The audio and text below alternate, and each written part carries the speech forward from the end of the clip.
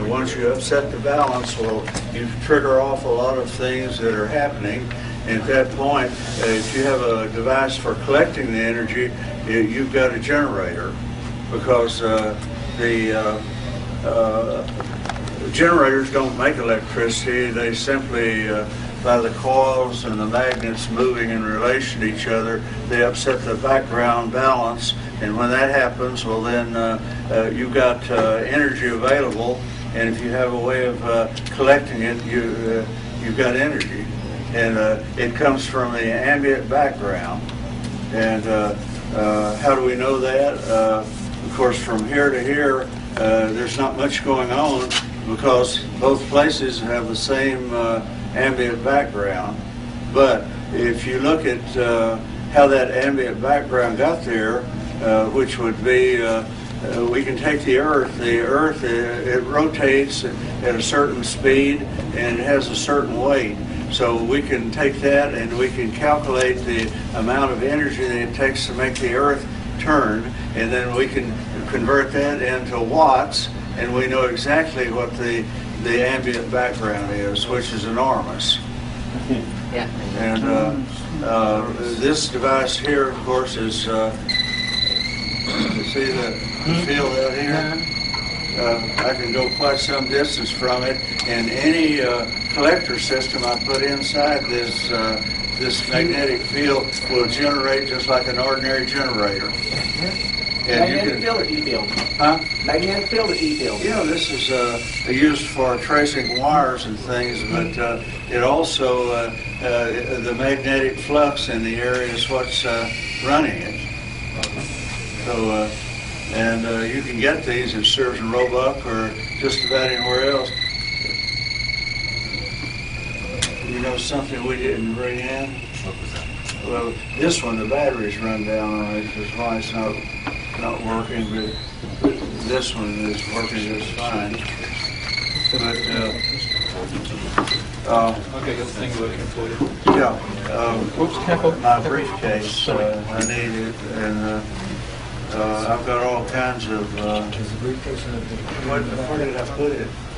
Or did I even bring it in? Run a battery you need, I guess. AA. It may still be sitting out by the thing out there, and it may still be in the automobile. It's going to be interesting to do the speech without my overheads. We do have one overhead, which we can put on there if you want. I think I left my briefcase in the automobile. That's 24/7. Okay, suppose somebody handed you this particular slide that you're looking at, and you would wonder, well, what's going on there? How many of you are familiar with this? No one familiar with it? Yes. Testerica system? Yeah, that came out of the Australian deal. Australia? Yeah. Okay. Okay, are we hooked up?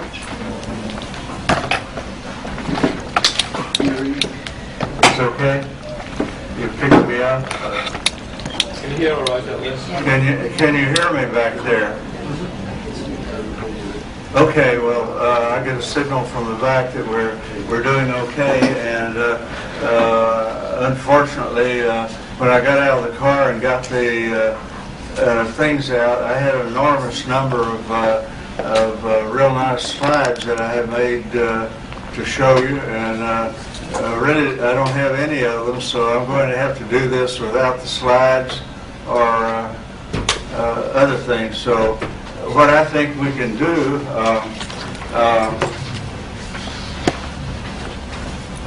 excuse me, down here.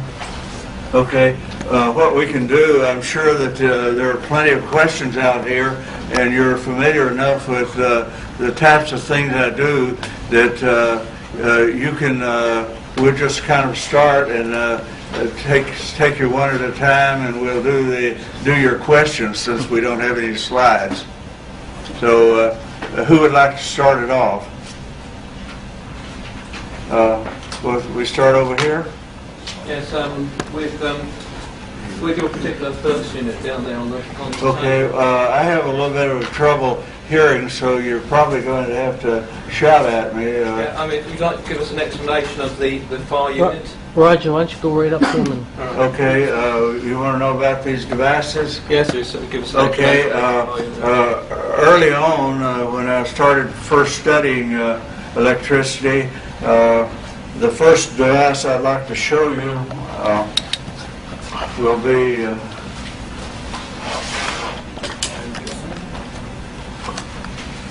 this one. Okay, if people say that you can't get more out than you put in, this is a good example of it. It runs off of a 7 amp hour 12 volt battery, and this is a Tesla coil here with the L1 and the L2, and it puts out about 30,000 volts, this central Tesla coil here. So that magnetic field that we were talking about over here, it's all over the area. As a matter of fact, you can go anywhere in the neighborhood, and if you have another coil that's tuned to that same frequency, it will generate the same amount of electricity as the one that's in the center here. So if you notice the little neon 2 bulbs here, Radio Shack, okay, what they do is when you tune these other coils to match this one, due to the fact they're slightly different, you have to tune them. And when you do that, those little neon tube things light up. And I'm going to have to use a handkerchief. I had several strokes, and I don't have good control of my muscles in my mouth. So anyhow, you have basically 3 receivers here, and you have one that's producing, and so each of these will duplicate exactly what's here. So we've got 3 times more energy. Well, actually, we've got this one, and then we've got these 3, so we've got basically 4 times what we're putting in coming out. And it's undeniable, and it's if you can build 1 Tesla coil, you can build 3 more just like it, or 100 more like it, or you can fill the whole room up with other ones that match the same frequency. And so that should answer the question whether you can get more out than you put in. But actually, you're not getting something for nothing, because it was all there to begin with. All you're doing, you have a generating system, and you have a collection system, and you disturb the magnetic field around it, which is enormous, and it covers a large area, and anywhere in that magnetic field, it's going to equal whatever is coming out of this one. So if you want to build something which is relatively simple, which answers the question as to whether you can get more back than you originally put in it, this should blow anybody away that might not like what you're doing. So this I built about 15 years ago, and it's survived up to now, so you're getting to see it. Okay, we have a lot more to talk about than we have time to cover. Oops.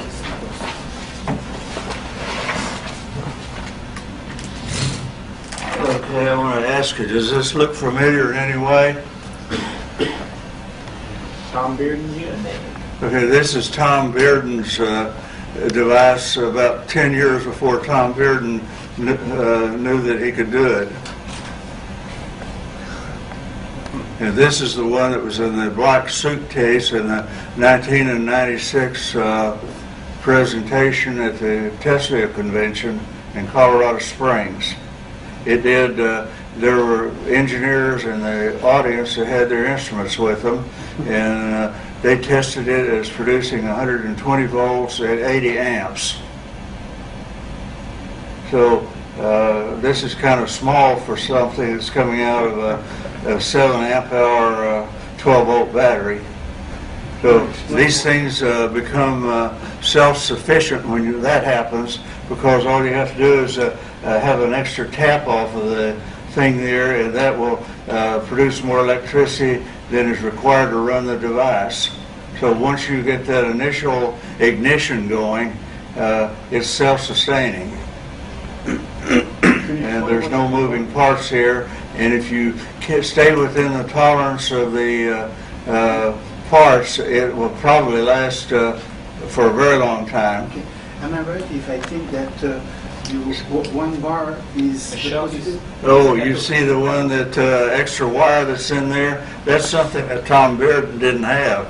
But how that happened was I used the wire that you use to hook up speaker systems.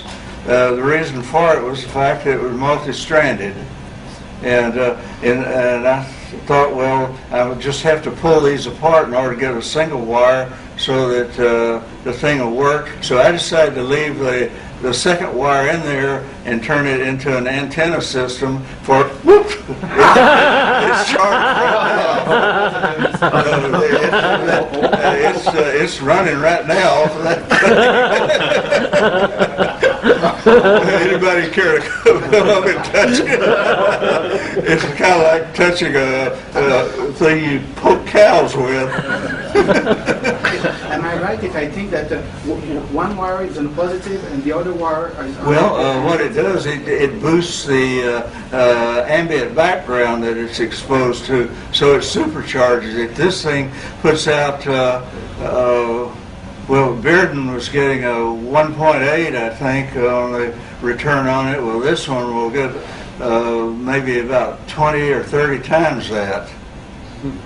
And it's probably due to that little antenna wire there that I just accidentally touched.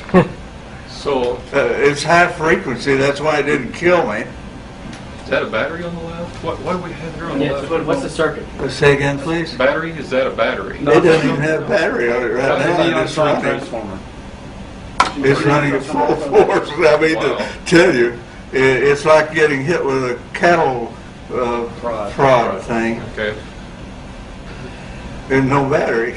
I would just, If anybody cares to test me on that, well, they're entirely welcome. Clip a neon bulb to it. Could you explain the components? And how this came about, I won't be able to hear you very well, so you'll have to get me later with your questions. But how this came about, you see the toroid that's in there? The United States government bought a lot of those things out of Alamogordo, New Mexico, and they paid about $10,000 a piece for them. And I found a whole box full of them in a surplus place. I didn't have the slightest idea of what they were or what they were used for, and I didn't know what met glass was at that time. No one else did either, because it was highly classified. And when Signal and the other people declassified it, well, that's the first time I realized what I actually had, because what they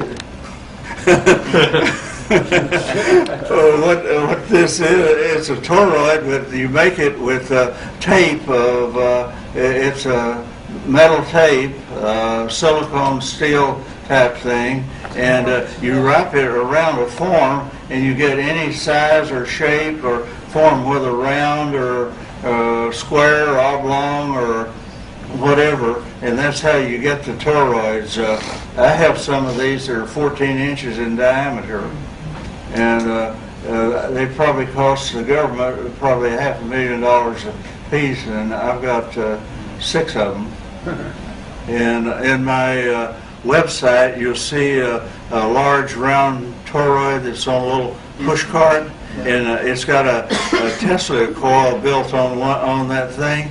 Well, what happens there when you do that, it's a cyclotron type deal, and once you get the electrical field circulating in that closed system there, you can put other coils around it, however many of you want, and you're not taking electricity. None of the electricity that started out in the system ever gets through it. It's the point A and point B thing where you get electrons jumping up and down at point A, and they do not go from point A to point B. At point B, they jump up and down in resonance to the ones at point A. That's your resonant energy type thing. So once you get the resonant energy type thing going, and you get the magnetic fields going and that sort of thing, well, you can tap off of that system without taking away from it.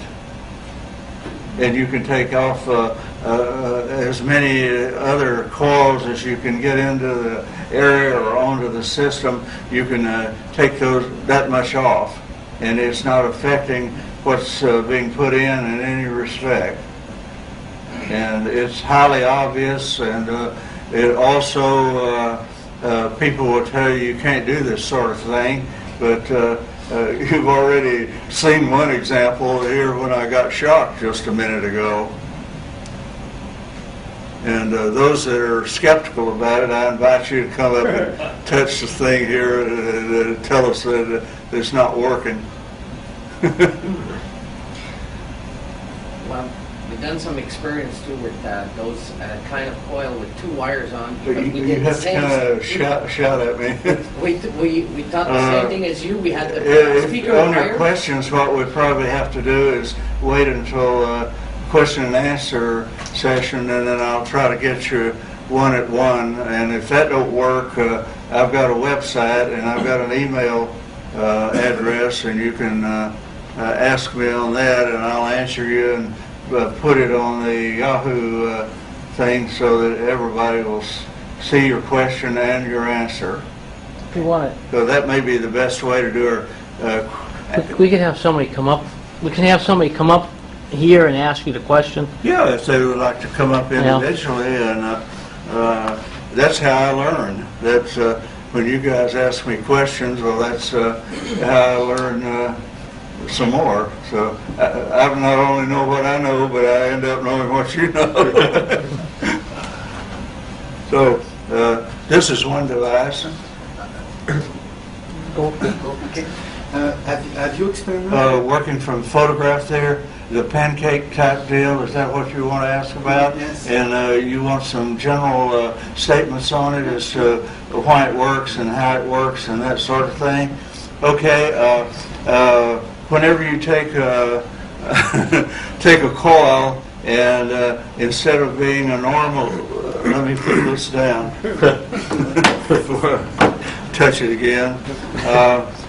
In a coil system, like in a normal Tesla coil, they're normally high and skinny and that sort of thing. That's the wrong way to go if you're wanting amps and stuff, because the length is volts and the diameter is amps. So if you get the right combination of this versus this, then you've got plenty of amps and plenty of volts. So, and also, depending on how you tap onto the coil, will determine whether you get amperage. But there's the same amount of amps there as there are volts, because in the magnetic system that's driving it, it has to be equal and opposite. That's your Lenz's law, you know, it's equal and opposite. So that means that your one of those is your magnetic or your field, and the other is the electrical field. And the magnetic field is amps. Okay. And what about bifilar coil? On the A bipolar coil. Bifilar coil. how does it magnify? What's the ratio? Okay, whenever the center of the pancake coil is certain size, and the outer ring is a certain size, and then the L1 coil is maybe a couple of turns on the outside of it. So the ratio of the diameter of the inside versus the outside turn on it is the improvement or the advantage that you gain by doing it that way. So in the one that's in the picture in the book there, the ratio is 1 to 5. So not only do you get the L1 and L2 gain, you get 5 times that. So that's the advantage of pancake coil. But they are one wire or B wire? The outside, well, the L1 wire should be an even division of whatever the length of the L2 is. That way they're able to talk to each other. The frequency, if you worry about the frequency, don't worry about that. Just build the thing so it looks nice and make an even division, multiple or even division of the lengths of the wires that you want to talk to each other, and they'll be talking to each other. What's the ratio? The ratio in the case of the one that's in the book is 1 to 5. So it's 5 times what, plus the fact that it's a normal Tesla coil. Your normal gain times 5. Do you ever do quarter of the wavelength like Tesla did? And what? Do you ever do quarter of the wavelength like Tesla did for his coils? Well, they will be able to talk to each other, and you can calculate the wavelength because you take the speed of light and divide that by a certain factor, and that will tell you how long the wire will be for a certain frequency. What I did on that particular one, I used about 200 megahertz, which meant the wire was going to be about 18 to 20 feet long. I think it was 18 something. And then once I had the main frequency set up, then I made the other coil. So as long as it's a even division or a multiple of, whichever way you go, they're going to talk to each other, and that's all you need. Okay. There are a lot of different things. This thing's a little bit heavy, and I see it's got a lot of sawdust on it because it was sitting. Let's see which way to turn it. We don't want this to fall out. Can you see it okay? Yes. Okay, you notice that this main coil there has the center part of it cut out, and the 2 cut things are brought over as your ground deal. Okay, and the ends, the electrons are spinning one direction going this way, and spinning the other direction going that way. So you've got electricity and you've got amps. And when they come together, then it continues on. So you've put the 2 together, and you've got more amps than you know what to do with, and more electricity than you know what to do with. So it has to be cut back. This is a diode bridge here. You go in and out of these inverter systems. Since this thing has to run on alternating current at 120 volts, in order to get to that from the battery, I had to use an inverter, and people make fun of me because I use Radio Shack inverters, but in this case, the high voltage thing there has to run off of 120 volts at 60 cycles. So that's how I get to there. Now I've got a rheostat here where I can raise and lower the input so that over here it comes out to the correct amount that I want. And on the process, this is 8,000, well, it's 2,000 volts each. So it ends up being like 8,000 volts, so I have to be careful not to get beyond that. And they're 8 microfarads each. Now I have some 50 farad capacitors, which are newly available on the market, and they actually go up to well beyond that. But the trouble, the way they manufacture them today, they are down in the voltage level, which is too low. So by paralleling them and other ways, you get up in the voltage range that you want. So you use a supercapacitor? Yeah, Ultracapacitor? I have several of them, and I use them in some of my larger units. And I mean, tell you, one like this, if you stick a screwdriver in there while it's running, about half the screwdriver evaporates. I know, but it makes a noise. It'll unnerve you and the whole neighborhood. You'll have everybody in the neighborhood for blocks around. They're running outside to see where the explosion was, and you'll end up with a screwdriver with a handle with just a little bit of metal left on it. Why do you have the cap, the white cap on one side of those What is he asking? secondaries? Well, the capacitor on your LCD. Why that one there? Because it seems symmetrical there, When I got to that point, it was out of tune. So I had to do some tuning on it to keep it going on. And the reason for this is it's also a tuning mechanism, but it turned out when I got built, it didn't really need very much tuning. So I never really had much of, this is your old slide radio thing, or your tuning antennas. And the L1 is the red that's on the inside there. And this is your L2 system, but it's a double one set up so that the amps and volts and everything are in there in a proper order. And this one I built in 1994. So, and there are over 200 of these different devices in existence right now, and the more recent ones are subject to business deals and things, so I can't show you them. But the idea is to try to fix it so that you can get the idea and you can build your own.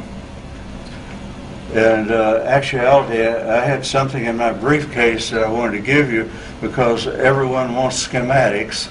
And this particular one was so simple that it was ridiculous. And what I'll have to do is just give it to Bruce here and let him post it.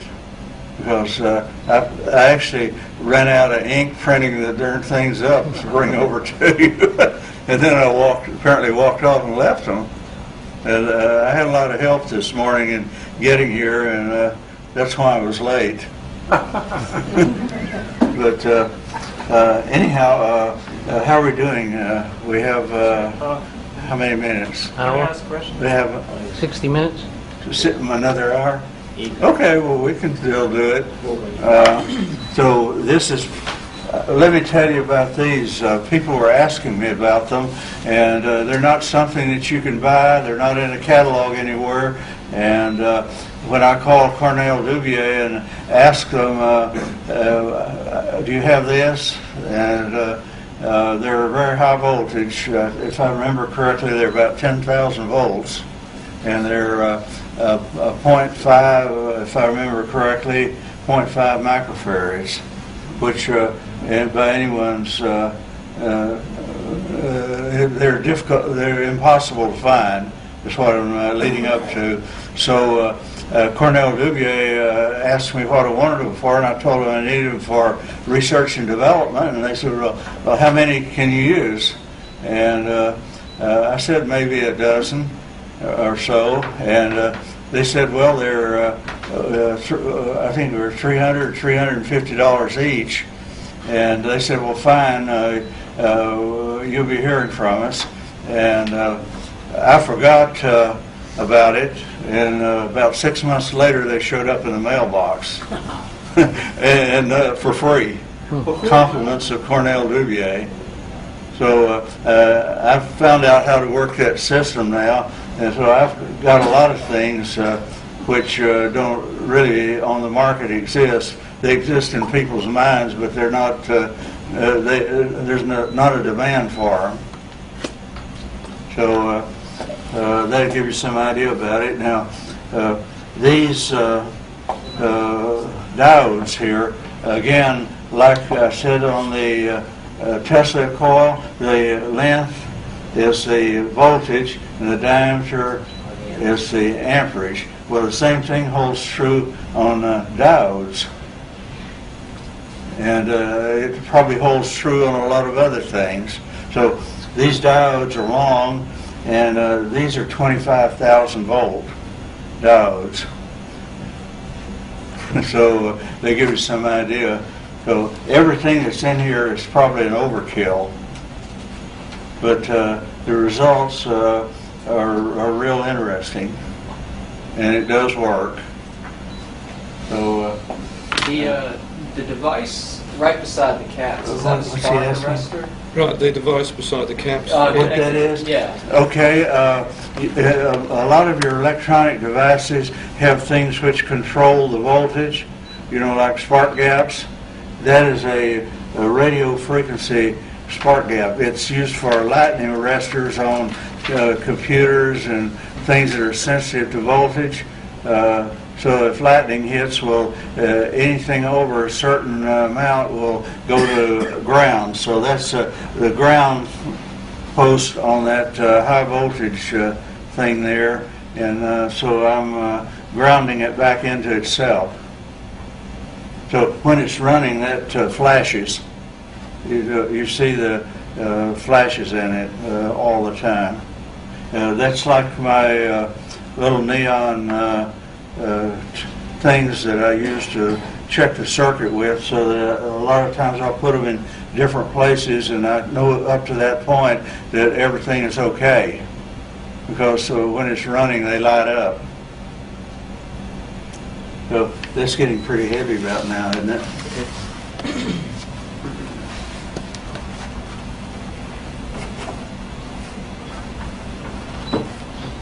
Okay.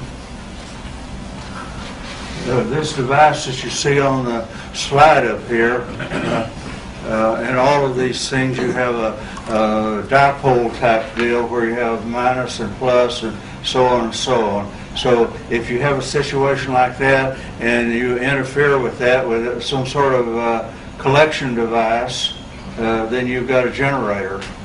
So you'll notice that there's nothing, no input on this except the ambient around it. And if you go back to Faraday in the very early days of the Faraday generators, they were basically magnets with some sort of something that would interfere with them that would cause them to kind of go off and on. Well, in this case, the plus and minus are on the poles of the magnet, and you're interfering with them in a certain way, so therefore you're getting 700 volts. And this is straight out of the air with no, you see the little antenna things like that second wire that I have on my other device? Well, that winding up there simply is taking from the air, the ambient background, which is enormous. If you do the calculations, Saraway's university textbook for professionals in college physics, Seraway, and he's actually the editor of the book. Each chapter, which there are many chapters there, are done by some worldwide expert on that particular subject. So the part on the electricity and such is done by a certain professor at a certain university. So Saraway is the editor of the book, and it's a collection of experts from all over the world, and it's used as professional physics for the in the university. It's the one where they get their start. So it's the one that has the statement about the Earth, or the weight of the Earth, and this and that, and since we can calculate the ambient background from the movement of the device, current movement is always in the direction of the current movement. So if we take this, the energy coming in from outer space, we think of the sun as being the major source of energy. It's just a tiny bit of it. If you look at the electromagnetic spectrum, you have from, say, a few cycles per second into the thousands of gigahertz, I guess, sort of thing, and the sun is kind of in the middle. So why this matters is that when you have a swing, current swing like that from plus to minus, that's like the speed on a generator. If you run it, say at 700 cycles per second, you get a certain amount. You run it at 2,100 cycles per second, you get more. It's a rate of disturbance that's going on there of this ambient background. The generator is not generating electricity at all.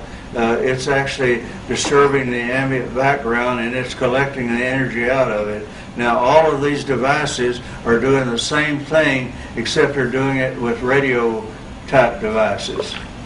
And if you want to see that, the computer programs for schematics, if you get one that's with a linear, nonlinear system, which quite a few of them are, and an open system, which quite a few of them are, you can actually do the schematics on these things, and these programs have an oscilloscope and all your meters and things, the virtual ones built into it, and you can build your device with schematics, and you can test it and see how it's working, and then you can play by switching out pieces until you get the right combination. And I can tell you that these things which are called over unity show up absolutely the way they are. They're not, some of them may be rigged, but the ones, there's several of them that I know about. The first one I picked up off the internet out of Slovenia. And they had a lot of examples. They had done dozens of examples of schematics where the output was thousands of times greater than the input, and that sort of thing. And they gave the schematics that they did and showed what they looked like on the virtual instruments. And it was highly obvious that there was nothing terribly unusual about getting what people might call over unity. But over unity is an albatross that's hung on it in order to make the person look ridiculous that thinks that it might be there. So it's intentional, and it's written into all the books. And this all started back when Tesla confronted some people early in the century, and they found out that there were things out there which might be disturbing to their monetary interests, and so since they contribute to the universities and this and that, well, they started making sure that when the books were published that they all of that was written out of them, and they still do. There are a few people that are bold enough to write books that are in universities, but generally speaking, they don't last very long. If they don't, university is there for the system, and it's there to make a rubber stamp out of you. And if you don't like being a rubber stamp, you're in big trouble. And apparently there are enough people with that renegade attitude that it's beginning to change. I also forgot to show you this. It's called an electrosensor, and it does the same thing as the other deals I have here, except it measures in Gauss. And this thing is greater than 30 Gauss, and if you convert that into electricity, based on the original definition of a Gauss, if you do it the way the textbooks tell you, you'll end up with something that's not significant. But 1 Gauss is equal to 100 volts, RMS, or 100 watts rather. So when you get into your coulombs and your watts and all this and that, the definition is the same for all of them. If you notice, if they're 1 volt or 1 second, it's such and such. So it ends up with a coulomb, a watt, and you know, so on. There are about 4 of those things, and they're all actually the same whenever you know the value. But Gauss, Hans Christian Oris and Gauss were professors over in Europe, and back quite some time ago, they were trying to measure the electrical value of the Earth's electrical system. And of course, one of them did it at night and one of them did it in daytime. So one of them got, let's see, it's 50,000 volts. And this is an imperfect measurement they made because they did it by flying a kite, or, you know, like or a friend that likes to fly kites. And so the nighttime value is about half of what it is during the daytime. So this comes from the fact that in the Earth's rotation and when the Earth is spinning, it's spinning into the cosmos, so to speak. You know, and on that spin in side, it has a greater electrical system than on the side that's away from it. So that's why the two are different. So you get like a Gauss is like 500,000. The way they were measuring it, equivalent to 500,000 volts, and the other one is, I think, about 1/5 of that, if I remember correctly. You get my age, you understand what's going on there. But anyhow, it's there, and if you got the right shovel, you can get it. And that's kind of what you're working on whenever you're attempting to intercept it or intercede. And of course, in order for it to work, you have to have more of something, and there has to be less somewhere else. So, and you have to, the leg in between the more and the less is the active system, which you're going to be using to get your useful energy. Because as these things are working right now, the energy is not useful, but you have to do certain things to them. And you can measure what's going on here, but you have to have, there's 3 or 4 different components that have to be in there in order to bring this down to where you can actually do something with it. And you can work it either from the backside into it. If you know what you want, then you can back engineer it through the system, or you can come the other way and put controls on it so that you can control the output on the other end. And also you need instruments that will work with radio frequency. The reason for radio frequency is that the more of these up and down things you have, it's whenever it changes direction there that it throws off either a magnetic or electrical wave. So on the electrical side, you're pretty well boxed in, and all the rules and the books and things, you're in Ohm's law and all that sort of thing. If you're in a closed system and you're boxed in, Ohm's law works. But if you get over, and that's on your electrical side, but when you move over onto the counterpart of it, the magnetic side, none of those laws apply. Right. and it's a whole different system, and most of the critical information there is missing intentionally. So, in effect, what you have on the magnetic side, you can make as many copies of it as you want without depleting the source. And that's where your units that you're interested in, why they work.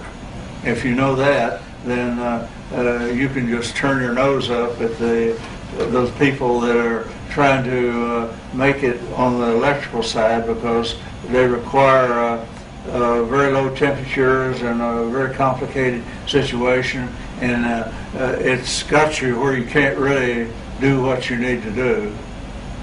So if you're intent on doing it, stay off of the electrical side as much as you can. And let's see, how are we doing? We can stay here till this time next month and not get the subject covered. So if we can somehow maybe find out what's bothering someone here and see if we can untangle it for them.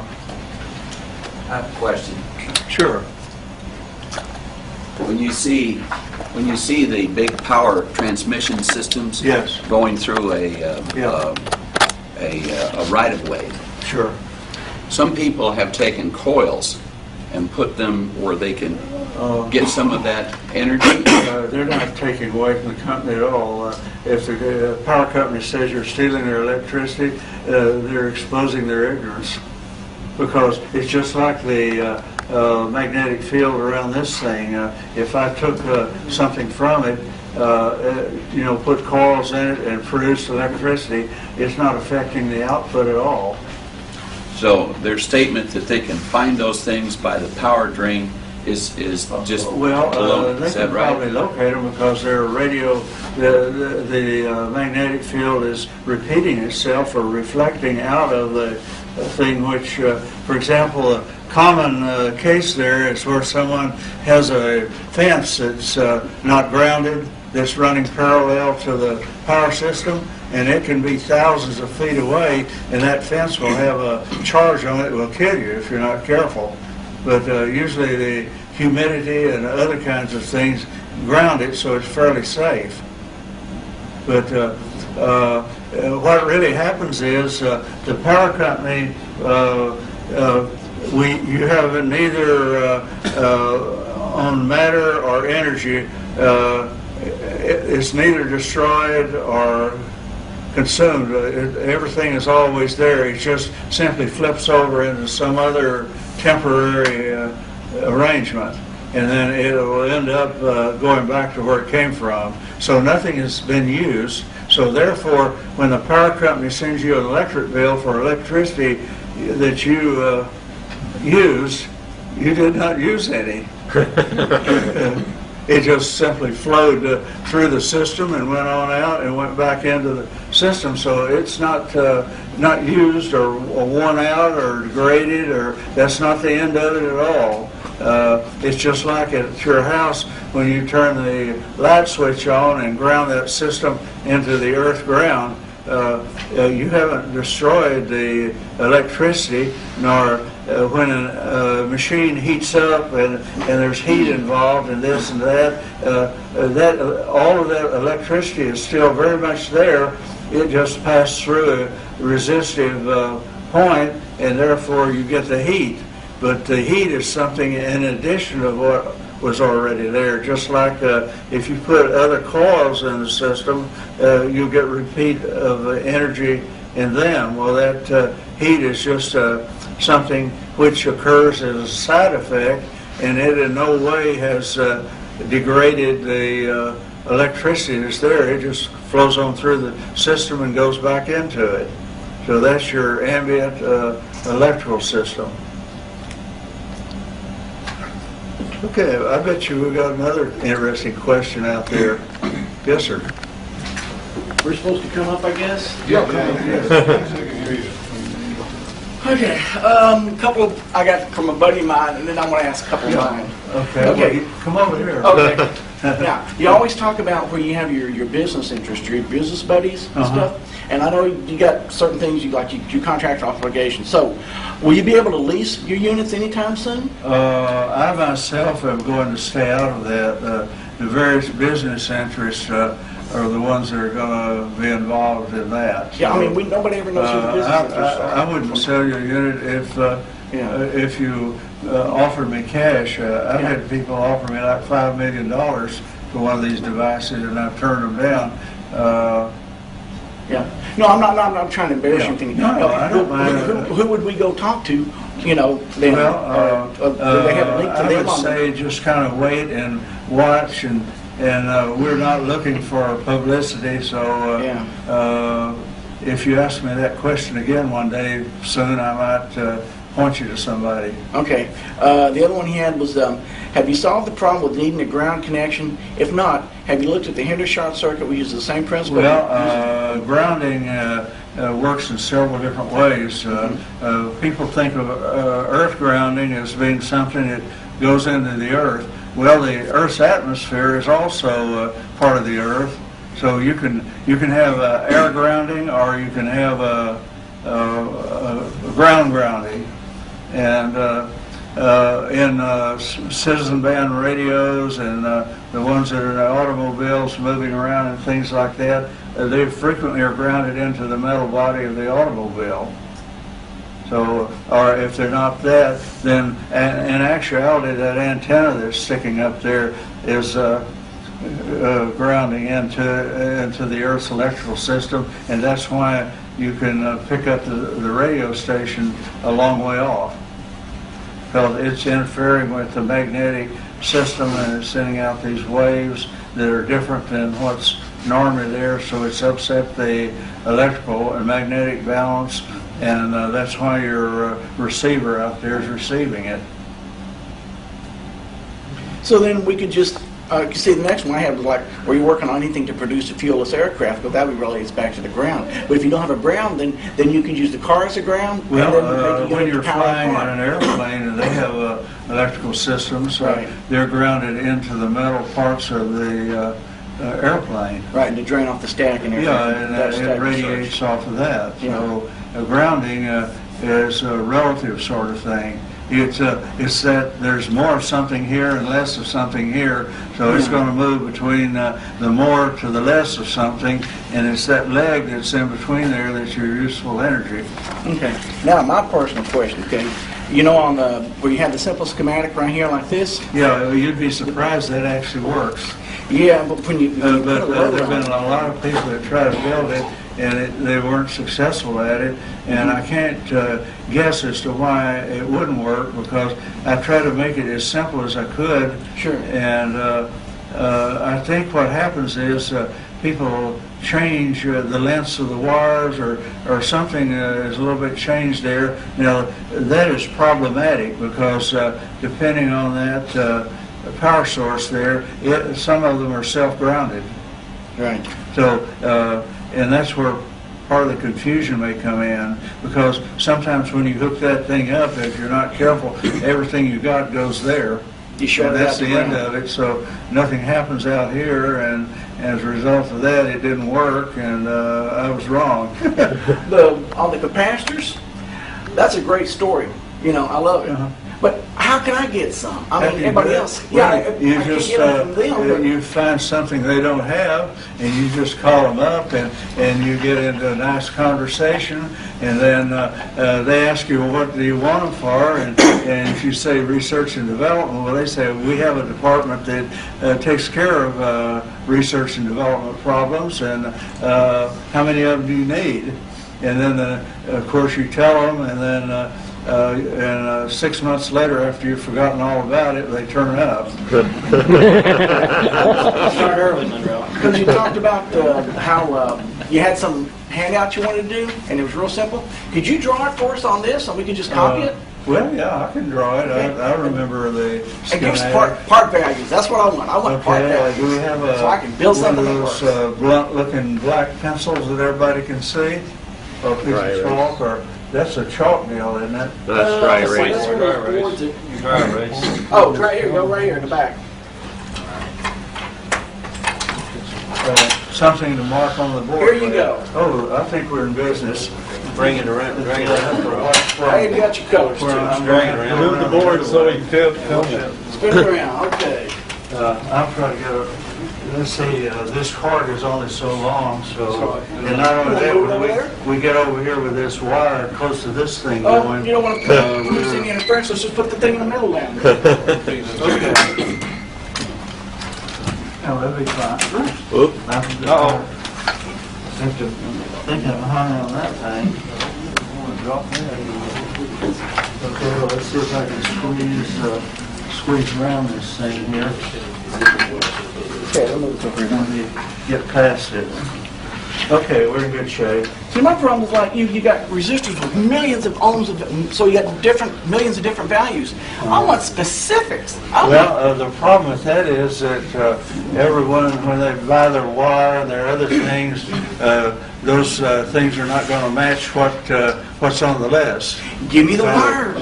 Wire all down, the things I do are generalities, and if you get one of those electronic schematic deals, you can fiddle with it all you want to, and you might get better results than what I would give you. Go for it. Okay. I want something, when I walk away here today, I can build it and then put out, something to run a house. But a house, I know if I go, a house, that's like 10,000 watts. That's going to cost me too much in parts. But like on a house where I have a circuit breaker, I break it down, maybe a 10,000 watt part would cost any too of much, these and I can things build that you it. get are going to produce more power than the system can handle.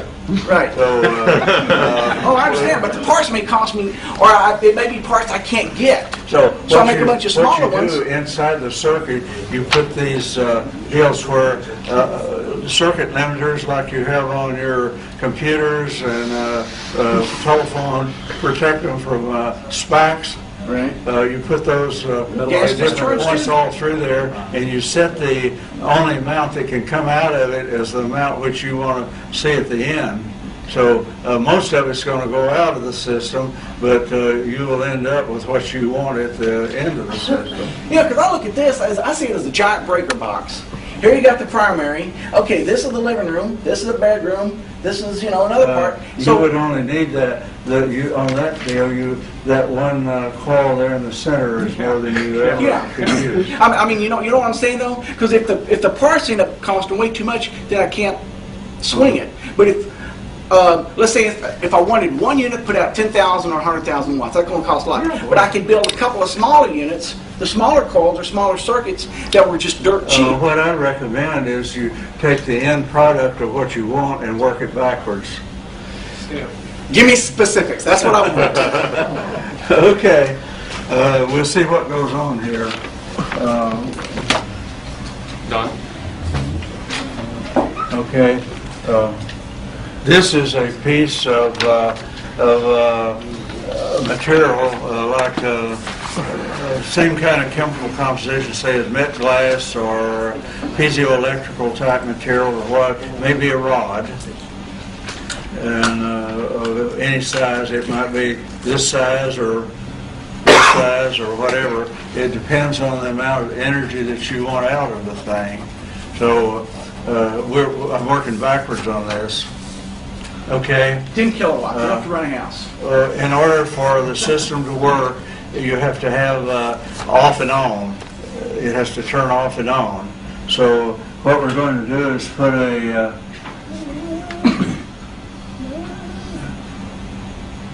and this is not exactly the symbol for it, but it's an NPN resistor, and this is the base.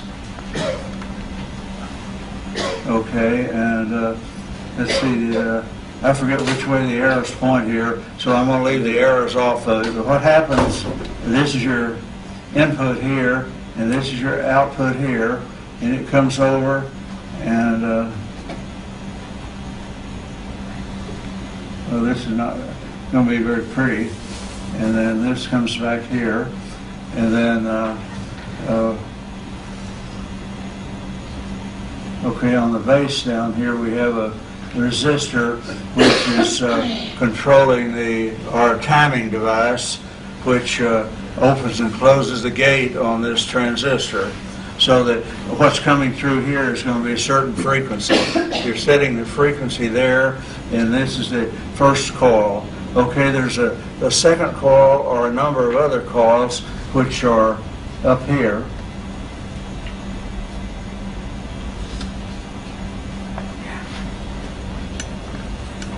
Okay, and what's happening is the magnetic flux in this piece of metal here is set up such that any amount of coils you put up here will duplicate whatever's being put in here. So we have our input. See, I think it comes like this, and we have this one. There's another deal here, and this is going to be your negative side, and this okay, no, this is a negative right here, this is plus, and this is plus here. So this negative one here is coming back over here, and the output, this is your output here, and this is your main input here. I have a question. In this, you have these two shorted together. Is that the right? Or does this end up going? And this one it goes around that one, and this one. Let's see. Yeah, I just want to make sure because this looks like. You want to know where the. Well, it's interesting that this is shorted together up here. That it's completely shorted to this plus. I won't swear that this is 100% correct, but the one that you will see later is. Thanks. But I think it may look illogical there in a place or two, but I think that's pretty close to correct. But you'll know later.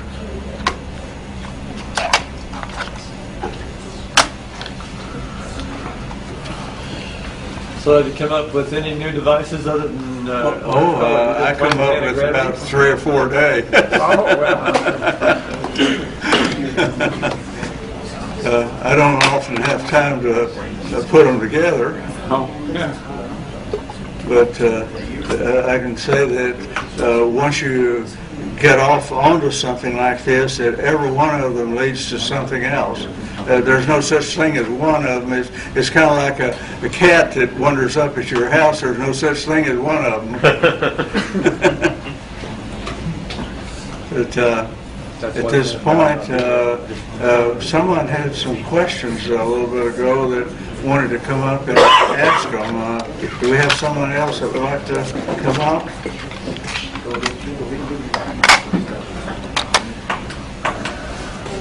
Okay, where do you want me to stand?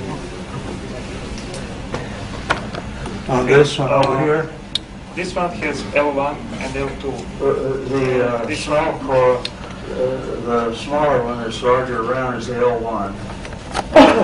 The middle coil is the L2. And that's just for convenience in naming them so that you know which one is which.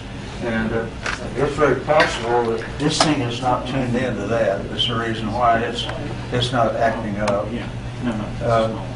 What made this one act up was this silicone steel toroid there. Is there a magnet inside, like in No, it's the toroid in there. It's a toroid that's been flattened. Instead of being round, it's kind of rectangular. But how you make those, it's made that shape because it will fit into a particular component in some device. If it's big and round, it's going to take up more space. So by making it shaped like that, it will fit into, they will bite you, at least they were a while ago. I don't know whether they're doing it now, but it definitely bit me. What is the frequency of this device? What is what? What is the frequency? Frequency of it, of this particular one, I think it's 55,000 cycles per second. Thank you. Is that the question? Yes. Okay. Frequently, when you build something like this, you end up with a frequency that you hadn't planned on, and when you work it out on the electronic programs, it will frequently turn out something different than what the program says, but they do kind of haunt you, so they're nice to have. Okay, we need probably, please come up. No. I bet you have a question. Surely I haven't answered everybody's question. Well, I have one myself. Okay. Bruce, put it back on tripod for statement. I've been really curious about this since you showed this leg Okay, right what I've done there, two of these wires here normally come off to another system. So you're not seeing the complete system, you're seeing the main part of it. But I build parts of these systems on different little blocks, and then when I hook them up, well, I've got the whole system there. Now this has all of the different components on it, which sometimes, say this part over here, and this part will be on different blocks because I can use them interchangeably with other things I'm doing. Is there a reason for this leg being disconnected? Yeah, well, you notice that those two are loose. That's probably why it quit sparking there. This thing was, whenever I set it down in a certain way, well, it closes the system. And I noticed that when the fellow came up just now, it wasn't doing that, apparently. But whenever I touched it, it did. These windings on the inside are... If you look close, you can see that's like it's metal tape. Right. It comes on a roll, and they roll it around a form to get the shape they want, and then they dip it in shellac or something, and it stays put. These coils, are they mirrored to each other? Well, they're layers just like Scotch tape. Right. You know, they're and when they dip it in the lacquer stuff, well, they put it in a form and they keep it there until all that dries. And when it's dry, well, it's ready to be used. This is something similar to this right here? Well, they all do the same thing. They look very different, but basically it's your bucket for dipping the water. Okay. Is that it? Okay. You indicated you use software to. Did you want some? You had indicated you use software to model these, sort of like What Spice. software? A circuit analysis system. I guess you were talking about software that you use that would have displays. I assume that's something like Spice. You know, the Berkeley Spice. Okay, on the internet. Or any of the free ones. If you do a search on the internet, you come up with a great many different programs. One of the best ones, it's about a $9,000 program, is from the University of California at Berkeley, and they quit updating it maybe 10 or 15 years ago, and the university over in Slovenia picked it up, and they've been updating it, and then the University of Barcelona got in on it, and you can download it from the University of Physics Department at University of Barcelona, and it's about a program that you buy from a commercial source. That quality is about $9,000. You can download it for free, but you have to know a little bit about it because the different components of it that do different things have been upgraded by different people, and you have to know how to put those components together so that they complement each other and become one program. But a lot of your computer programs are composed of other computer programs. So it goes on all the time. It's just in this case, they give you the instructions on how to do it, so you have to be able to understand what they're telling you in order to get a working copy of it. But the others, I'll put on the internet for you. On the discussion list, I'll give you a list and where you can just snap and go right to these particular things. So The other question I had is, do these systems show that effect that you've produced, the over Unity or? Does somebody help me? Yeah, is that those software, are they reproduce in software the effects of Yes, it has a virtual oscilloscope, a virtual, every type of instrument that you would spend thousands of dollars for. It has it built right into the program so that you end up with an oscilloscope screen with all everything going on, and it reads just like an ordinary. It looks like a oscilloscope, and it does all the things And that they'll show ordinary. this effect. This isn't an effect that violates Maxwell's Yeah, laws. if you put this particular thing on there, you get very startling results. So it's nothing that would violate like Kirchhoff's current and voltage laws, because SPICE is built on that. What you do, you pick out your components and you slide them, drag them over onto the board and put them where you want them. Right, I know how to do it in SPICE. The question I'm having is that, can SPICE show these? He can barely hear you.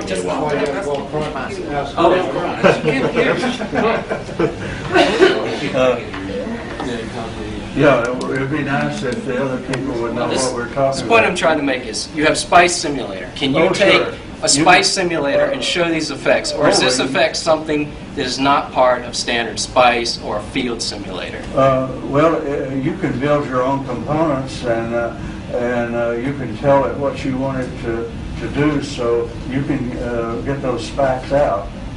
That's the reason why you have it, and the reason you run it is to see where the defects are and when things are happening that you don't want.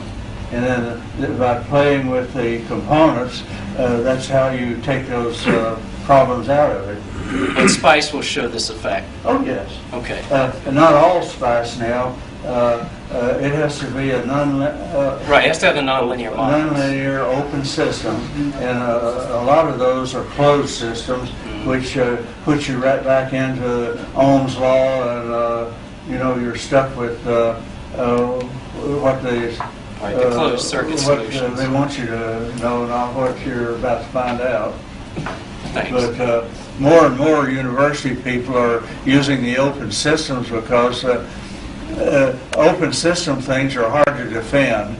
And university people like things that you can do mathematically, and you always end up with the same answer regardless. Right. Now, that way they look good. If they're competing with something that's not going to give the answers that they want to be repeated every time, then from a university standpoint, they're in danger of needing another job. Because the university is not interested in people that can't repeat what they're doing. Can you draw up there the number, the URL for this group thing you were talking about that's on the internet where you have people join or can read and ask you questions? Okay, you want the internet thing? Yeah. Oh, is that what it is? Okay, I've got a lot of cards, but I'll write that on here for you.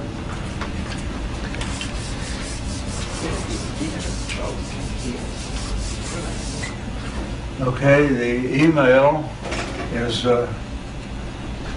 let's see, we can do bigger than that.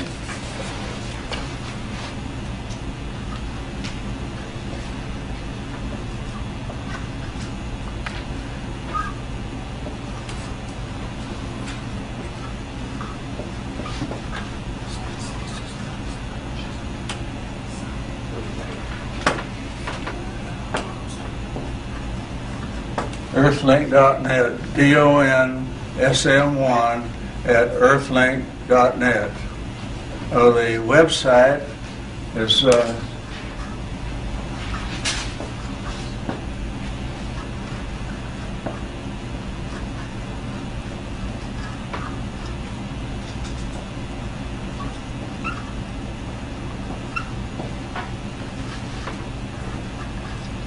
It's www.altenergy, whatever, pro.com. And best place to find it is go to Lycos. Well, actually, it's on all the major ones, and you can find it on Alta Vista, Lycos, and it's actually on over 2,000 servers worldwide. And you can get it whether you're in Russia or wherever. And the students at the University of Moscow and St. Petersburg literally wear me out asking questions. And there's a lot of people in Russia think that it's a real great thing. And I got one real nice response out of Finland. I've had probably 20 or 30 out of Finland, but one the other day had to do with gravity and new approaches to electromagnetics and such, and it was all stuff which does not show up in any of the textbooks. But I think you all may have seen it. It showed up as Ali Tina, O-L-I, and first name is Ali and last name is T-I-N-A. He's a professor of physics, and I can't say the name. It's down in Finland. But there was a little tit-tat going on the question and answer thing on Yahoo there. On that, if you go back 2 or 3 days or a week, well, you'll see it. But he had the most appropriate idea about what goes on in electricity and gravity and things like that, and it was totally out of the box.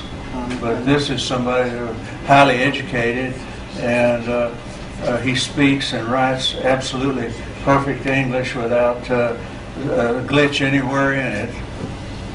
So if you want to correspond with him, well, I'm sure he'd be flattered that you would pay attention. Could you write his email address? Please come up here. Could you write his email address? Can you write his email address? Write his email address. Of Alatina? Yes. I'll put it on the package of things so that you get it. I'll send you an email on it. Thank you. But anyhow, we need some more thoughts here. And The alternate energy program, that's where your discussion list is at? no, it's on Yahoo. Okay, can you put that? That's what I want to go to. Okay, Steve, you're going to have to help me with this. Yahoo at Okay. New Energy at yahoogroups.com. Okay. Okay, I'll put it up the top here.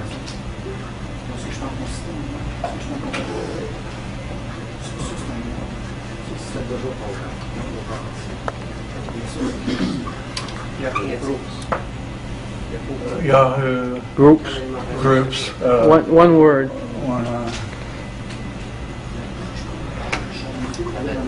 You can go to my That's alternate internet okay. resource page See? off my main website, groups.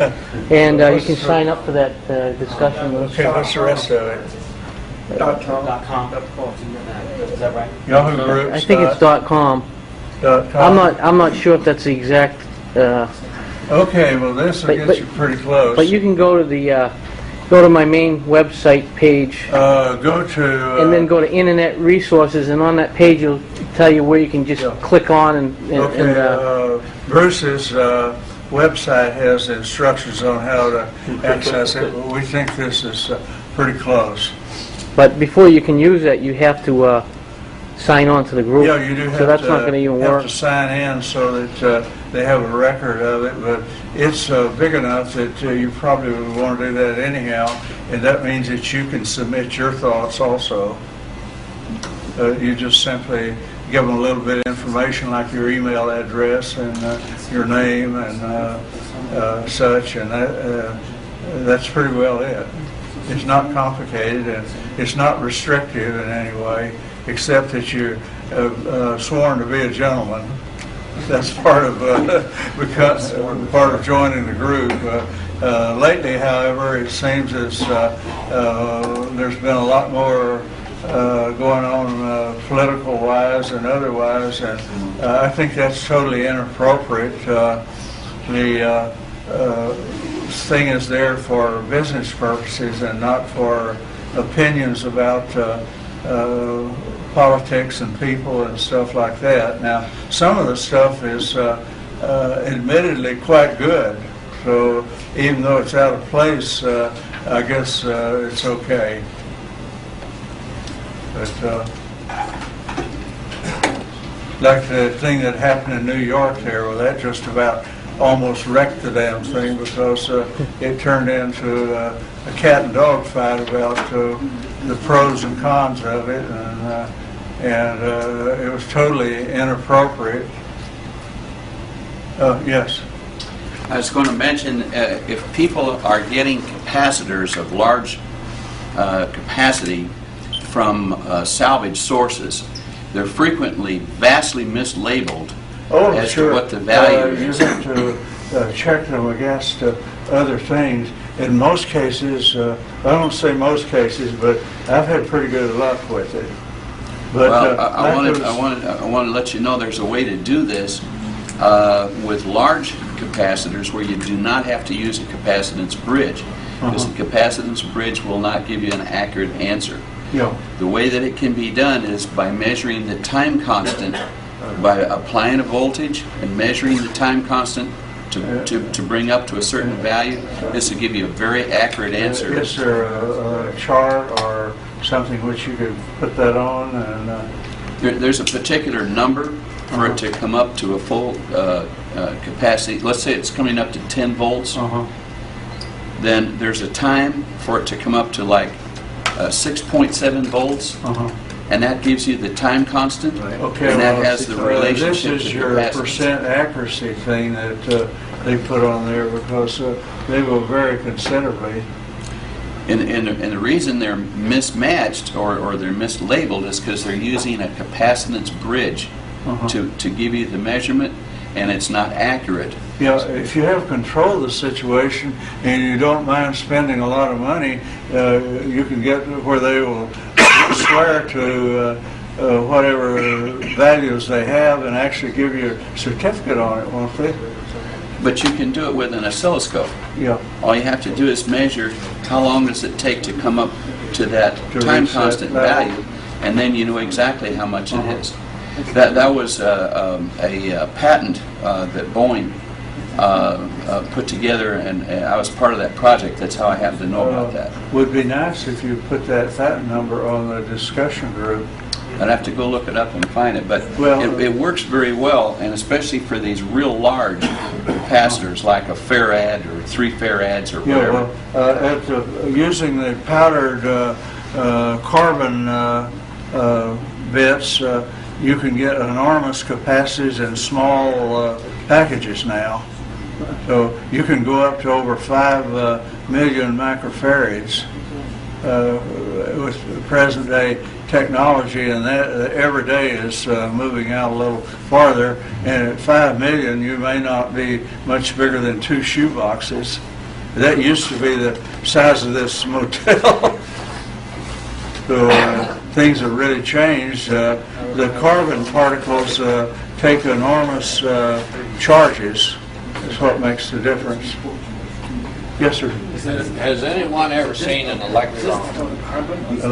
Yes, actually, when Thompson said it was out there, and 2 Thompsons, there's Lord Kelvin that's one, and then the Thompson that actually postulated the electron, and not too long ago, they actually can photograph them now.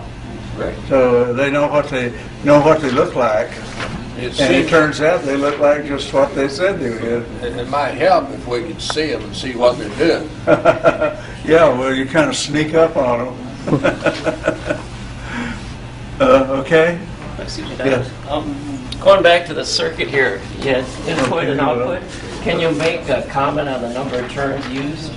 A wire? Well, For the the light? output will be a ratio of the number of turns on the first one versus the other one. So if you had like 2 or 3 on the first one, and you put like 10 or 20 on the other one, the output improvement would be the ratio of the first one versus the second one.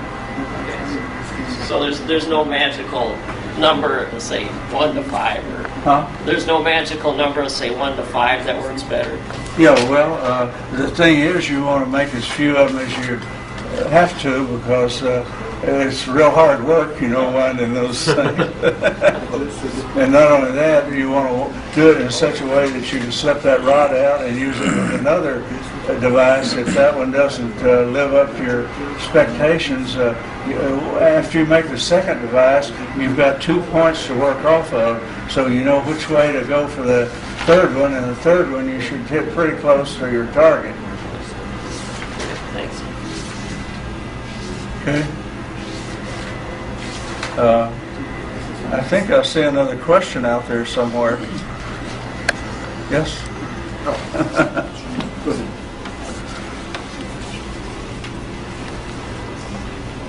You mentioned that program that's at the University of Barcelona in Spain. What is the name of the program? Let's see, I may need some help here because I'm having trouble turning corners right now. But it's the original name for Spice something or other. It's the original one that started it all pretty much, and it's out of Berkeley, University of California, Berkeley, physics department, and it's the one that all the others basically hinged off of. So it's Spice Free something. Well, it's got 2 or 3 other letters in there. And that's the University the Spain, one out of Barcelona. Basically, I don't know that anyone's given it a name, but they tell you the history of it and where it came from, and that's what it is. So they may have named it, but I don't think on the computer program it's just they use the original name, and the other components which they fit onto it have their names. So you've got something there that's got maybe 4 different components. One of those components would be your virtual test instruments, that sort of thing. And then there'll be other ones for building your own devices and fitting them into this library of things which can be used. You can build your own devices like transistors and coils and various unusual things which may or may not exist. They have over 70,000 different components in the library, and you probably can add some to it. Okay. Thank you. Okay. Yes, sir. Yeah, he said something came loose here. Can we hook it back We're up? going to have to go out behind the woodshed. So what do we want to do? Oh, I just want to, you talk, See if it's reading anything? yeah. Okay, well, why not? Let's get this one out of the way here so that, Since you know what goes where, actually, you're running a risk of frying this because... Yes, you are. Oh, great. I have a friend of mine by the case. These 2 things right here, and I've ruined a number of test instruments because Can you measure something without blowing my meter? Well, we don't know that for sure now. I really want to do it, but I do not want to blow this meter. I'm not trying to talk you out of it. I'm just telling you I've had disastrous experiences, and I've bought a lot of meters and things that were absolutely nice that I was real proud of, and all of a sudden one day they quit working. And mostly it was just from sitting close to that thing there when it was running. You can measure without touching. I can't tell you. Yeah, Okay. because everything is extremely high voltage, right? It's high frequency, High frequency, and too. high voltage. And your meter is probably, unless it's got a frequency meter on there, I got a frequency button. if it's got a frequency thing on there, just simply turn it on, and what you've got there, you can measure the frequency standing where you're at. Okay, I'm reading 43.9. Now, do they need to be farther apart or what? Well, I'm still- What's the scale? It's a lot more Kilohertz? higher than that. Actually, it's that decimal point needs to be. Oh, that's 2 places. I mean, the best I It can needs to with be four. about three Do places. these need to be further apart? No. That doesn't Still seem to 43. affect it. Okay, for some reason, you're reading a component of the thing that's there, but you're not actually reading the frequency. Yeah. And I don't know why that is, but it's running at about 50,000 cycles a second. That I do know. Now, wait a second. When you stepped away, it changed. Come on back over here. Okay, 43, now back up. Because it jumped up there to 80 there for a second. No, it's still at 43. Almost 44. Yeah, almost 40. Now it jumped to 44. That's cycles per second. And actually, it needs about 3 decimal places on it. How many of you? 44K. If I go to build something, this is the meter I'm going to be using. Well, So what meter- you're in trouble. I'm in trouble already. Yeah. So what kind of meter do I need to have? You need radio type meters and devices.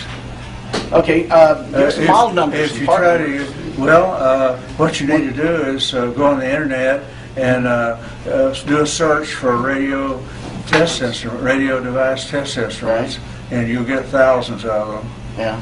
And then, Well, I want to know what you use. That's the way I can duplicate it. you would have to just simply come out and look, because I've got a lot of different ones. I've got Hewlett-Packard high voltage, high frequency meter, and they cost a bundle. I wanted to get into something low but easy to make, just like the one transistor thing. I wanted something simple. I mean, that's what everybody The does. low-end test instruments are things like this. This is like $7. If I build this circuit, yeah, I can probably swing that. Yeah, if I build this circuit, or any of us build the circuit you show there with the one transistor. Okay, we can't use this to. You can use it to a certain extent. What you do, you run that.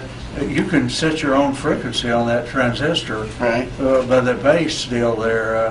The timer that you use on the base deal is opening and closing the gate there, and you can pick whatever frequency you want. So you can run it at frequencies which are in your test instrument capability. Right. So you don't have to go out and buy a radio type test. Just instrument. lower it down. Yeah, just Like by a octave. lower the frequency into the range that you can handle, and you're in business. I can handle 60 hertz. Do you drive that? You got it. That's what I want. Okay. drive Anybody know what this thing is all about? yes. Oh, yeah. Do it anyway. That's Hey, you want me to do it for you? Yeah. Okay. You know, if I drop this thing, it's going to go just like a stone. So what I'm going to do, I'm going to put it through this copper tube, and this is a neodymium magnet, and I'm going to spin it.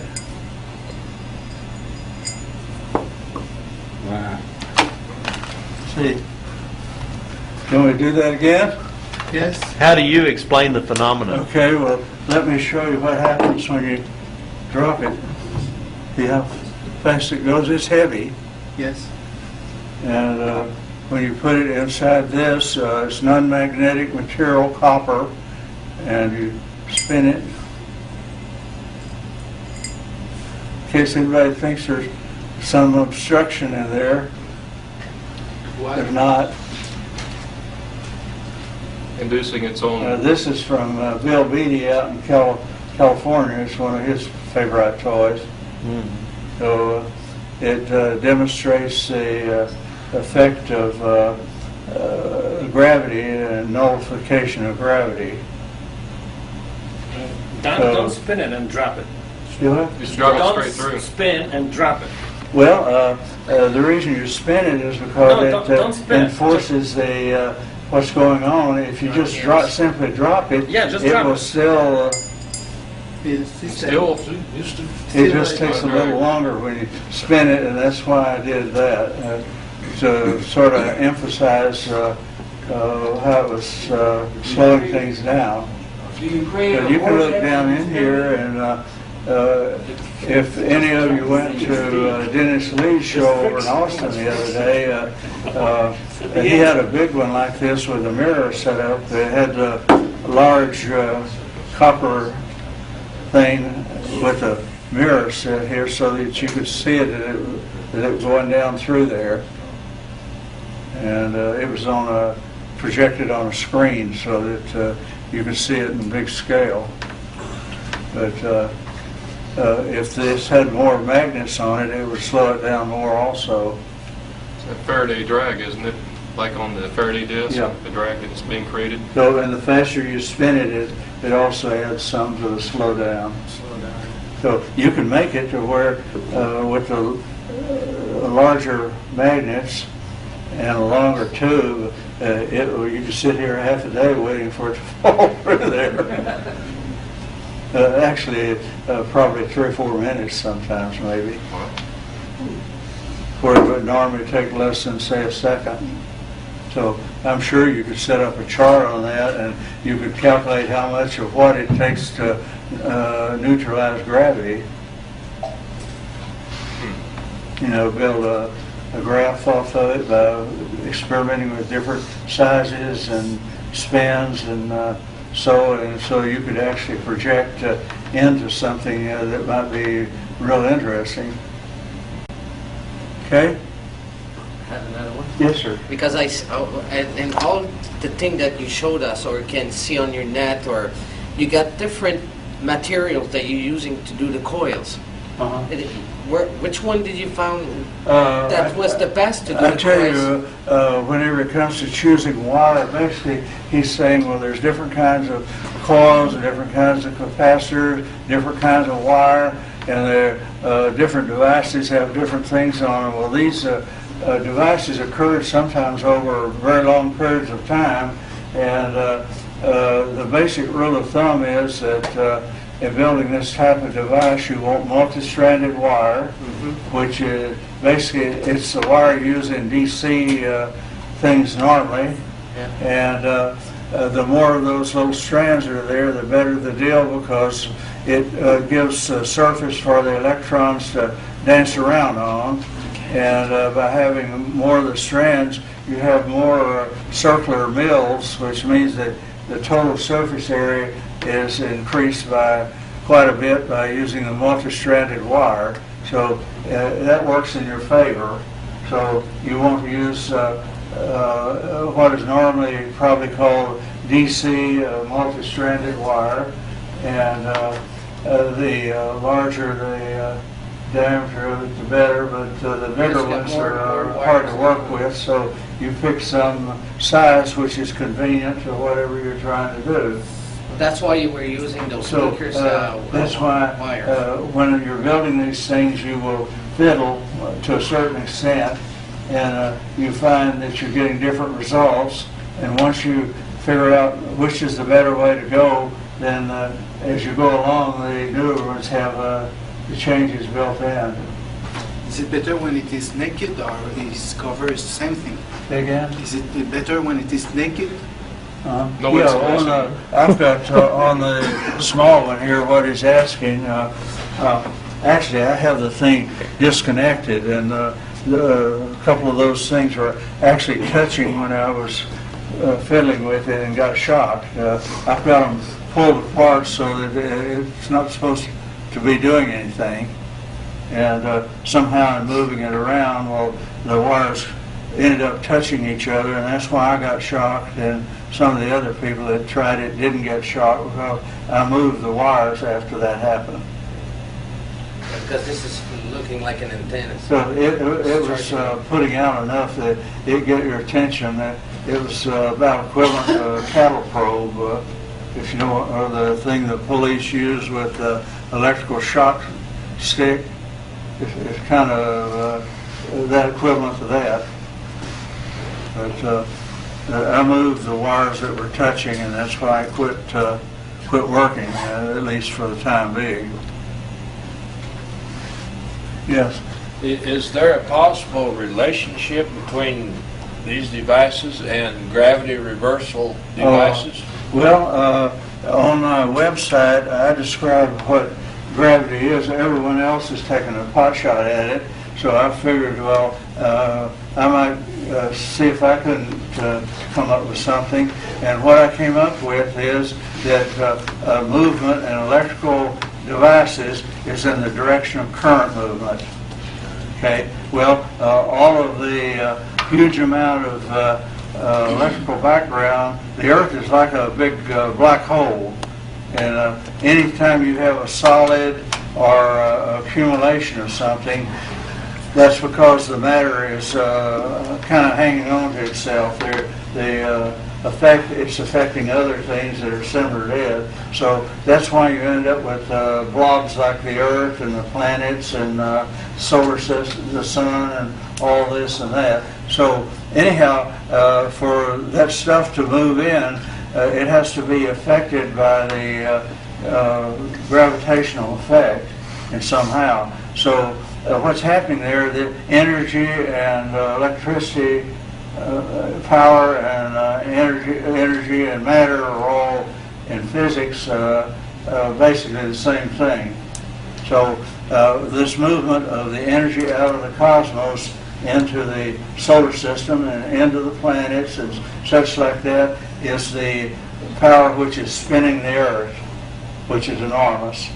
So anyhow, this movement into this mass, which we call Earth, the energy coming in is the equivalent of, it's the friction factor of this energy being pulled into the Earth. And that's why when you fall towards the Earth.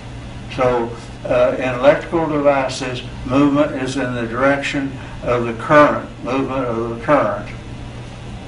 So gravity is a friction factor of the energy moving into the Earth. It's just that it's a simple thing, and it's undeniable if the person that will think clearly. So gravity is a component of the movement of energy into the Earth. It's a friction factor related to movement. So gravity, and when some motor is spinning or the magnets are pushing each other away from each other, that's an electrical reaction there, and that effect between them is the gravitational field either pushing them apart or pulling them together, depending. So gravity is not something magical. It's not something which can't be described. It's something that you can see the effects of. You can see the effects of it, and you can describe it because it does this or that. So, and I like my definition a lot better than the one that's in the physics books. Theoretically, you could take a flyback circuit and reverse the charge like goes to a TeV, which is positive, make it negative, and it would, by controlling the rate of charge, it would control the rate of levitation, so to speak. Well, actually, by these quick swings of alternating current and that sort of thing, the flux, the magnetic field switching off and on, and they're actually into that right now. And by using square waves and pulsing them, they get a very noticeable change in weight of any metal device that they feed that into. So they're actually getting heavy pieces of metal lifting up and moving around. Okay, I think I dropped something there, but I don't know what it was, but it doesn't matter. On your circuit, the base of the transistor, were you driving that with a square wave? Well, it depends on the transistor. There's about 9,000 different ones, but they will give the characteristics of that particular transistor. So whenever you look at a chart of them, you'll be able to pick out an ordinary NPN will work on a square. Was that a square wave you're driving it with? Yeah, it's just actually a square wave is just simply this with the things chopped off. So it's actually the part of the energy there is being chopped off of it. So it's still this, whether it's square here or square here, and so. Yes. Oh, that's what it was. It's still hit? Okay. Yes. Okay. You got a part number for the transistor? NPN is all you really need to know. You go to Radio Shack, and that's a generic description of it. And the N means something in each case, and the P means something. So NPN means that it simply will work with alternating current. How about the resistor value? The value of the resistor? Well, as long as it will work within the voltage which you're going to propel it with, and it says on the package it's good for 25 volts or 100 volts or 3,000 volts or whatever. And as the voltage goes up, the price goes up. But you can get them for any amount and that sort of thing. We're gonna have to wrap things up, Don. Okay. Let's see what we're doing here. Yeah, we're way over time, Don. We're gonna have to wrap things up. I can't. We're gonna have to wrap it up. I want to wrap it up. Okay. Well, I know that many of you came from long distances, and I appreciate very much, and I'm very flattered by your coming. And I'll do my best to answer other questions if you take advantage of the internet there.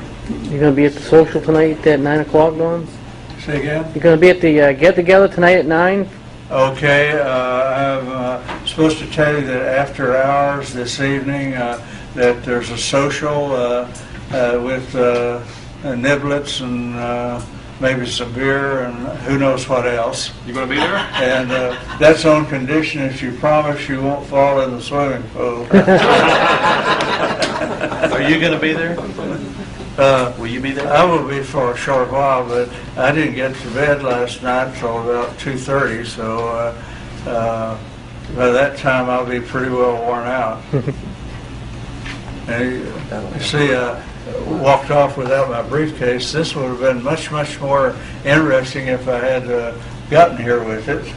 And also something I want to tell you, those of you that want books or have CD-ROMs that have a lot of stuff on it related to what we're talking about here, and those that want books,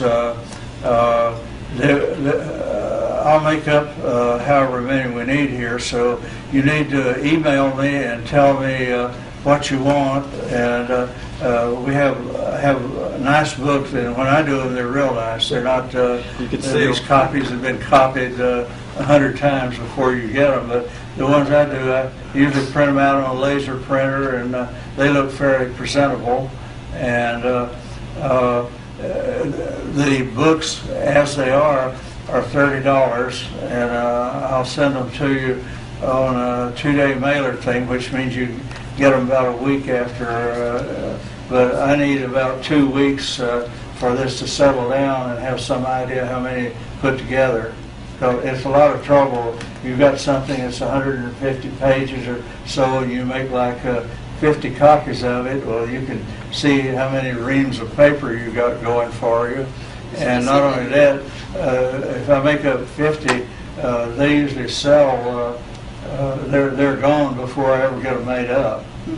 So, and I do this sometimes, probably like 100 times a year. So, and the CD-ROMs with the photographs and things that you see on the internet there are on a CD-ROM, and there's a lot more besides that. that are with them, and some interesting folders and things which relate to what we're talking about. So the CD-ROMs would be like $30 also each. And all I need from you is you can send me your money or whatever, and once this settles down about 2 weeks and I have some idea how many to make, then I would say that within 3 weeks you would have whatever it is, and you know how to get in touch with me. You can send those FedEx, can't you? Yeah, and I can tell you that there's more than 30,000 copies of the book that are out there, and the book has been translated into every major language around the world. And I get, in one day I get like 200 emails from all over the world. About 20 of them are from here in the United States, and they come from very interesting people sometimes, that sort of thing. So these are people which you hear about, you know, that are in the news and books, and you never know who's going to turn up on the doorstep. I had people from China calling me, and they wanted to make a deal, and I kept trying to put them off. And so one day when they called, they asked, well, how much do we need to make this thing work? So I hadn't the slightest idea, so the number I pulled out I thought would stop it, and I said $300 million. And this was like on Wednesday. And on Saturday morning, I get a call in the airport, and these people from Dao Chiping's office in China were at the Intercontinental Airport, and they wanted to know if I could come out and pick them up. So I did, and they had Halliburton briefcases with $300 million U.S. in cash. And so I got them checked into the motel and got them a car, and every morning before breakfast they'd show up at my house, and it was like 9 o'clock at night when they'd go home, and we would sit at the breakfast table, and they'd open up these briefcases, please take, and when they were gone later in the evening, I called friends of mine who were in international business deals and things like that to find out what do you do in a case like this, and they said, well, don't. So they said what will happen will be that they told me to take the money and use it however wanted, and that they would take devices from me and charge them against it. And where they made a fatal mistake, one fatal mistake was they asked me how much does it cost to build these things, and I said, well, they're not particularly expensive, maybe a couple $100 or so if you do them in mass quantities. Otherwise, it's probably $3,000 or $4,000 or more if you do just one at a time. So anyhow, they decided that they were going to going to buy them from me at that price and credit that against the $300 million, and I had no intention of doing that. I was going to decide what the price was. They were not going to decide it. So anyhow, the only way I ever got them to leave was to tell them that whenever I got a factory, I'd be in touch. And I was finally able to get them to close their briefcases and go back to the airport. And I took them back to the airport, and they're out of Vancouver. Dao Chiping had 2 daughters, and they're both married to Americans. And this particular one was an electrical engineer and lived in Vancouver, British Columbia. And the Chinese government had put him on to me, and he still calls about once a month. So they're still interested. But this was about 3 or 4 years ago. So I have things like that happening all the time. And what would have happened if I had taken the money, I would have so many problems I wouldn't know what to do with. I did not have proper facilities or anything else, and so I used that as a way to get out of it. But if I had taken that money, I would have been in big trouble probably. You know, and not that I didn't really want to. But anyhow, that's one way to stay poor, if you know what I mean. But anyhow, I think somewhere out there must be a salad or soup or something. What do y'all think? Groceries, yeah. But it's great you came, and I'm real tickled to see you.